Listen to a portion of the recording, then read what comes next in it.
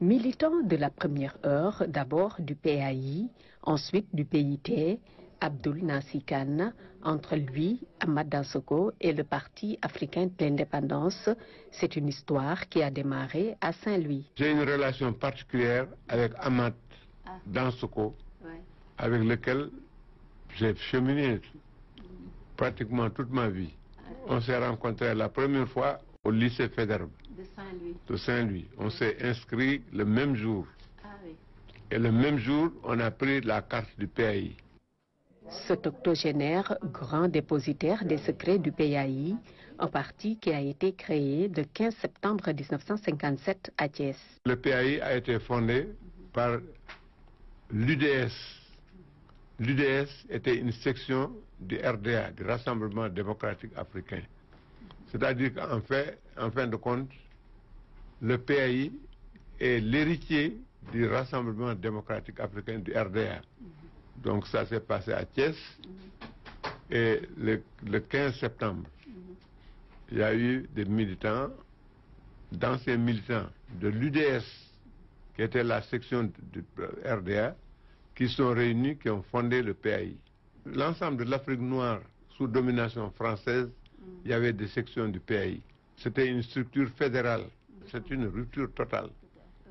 Rupture parce que le PAI réclamait l'indépendance immédiate, et rupture parce que la doctrine du PAI, c'était le socialisme. Enfin, si vous voulez, le communisme. PAI hier, PIT aujourd'hui, mais la doctrine reste la même, le communisme. D'ailleurs, au siège du Parti de l'indépendance et du travail à Hariala, de grandes figures du socialisme scientifique sont mises en exergue à l'accueil. Ce sont des inspirateurs du parti. Les deux ont écrit ensemble le manifeste du Parti communiste et beaucoup d'autres ouvrages qui ont fini par devenir des bréviaires pour les marxistes.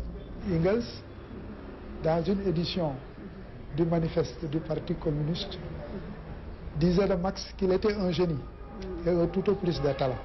Et Lénine, c'est l'un des plus grands dirigeants de la classe ouvrière. Des écrits de Lénine, de Marx, de Hegel, des revues publiées par le mouvement communiste international constituent la bibliothèque du parti. Ça, c'est le tome 17 des œuvres choisies de Lénine.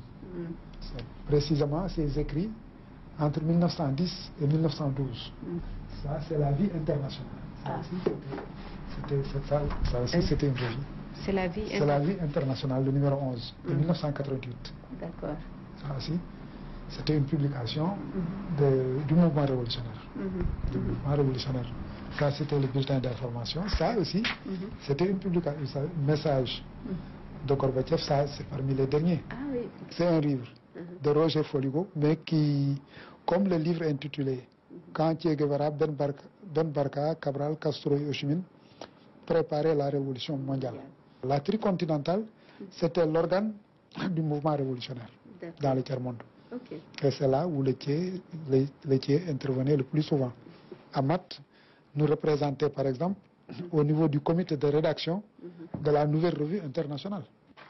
Mom Sa Réew, Badolo Bi ou encore Dandolé, c'est la presse du parti depuis sa naissance en 1957 à nos jours. Un peu partout, dans les régions, il y avait des organes qui avaient en charge la popularisation des positions du parti. Il y avait le Mom Sa Réew. Il y avait par la suite, après la création du PIT, le Dandolé. Le Dandolé, qui est devenu l'organe central, qui a remplacé le Mom Sa Réew quand on a créé le PIT.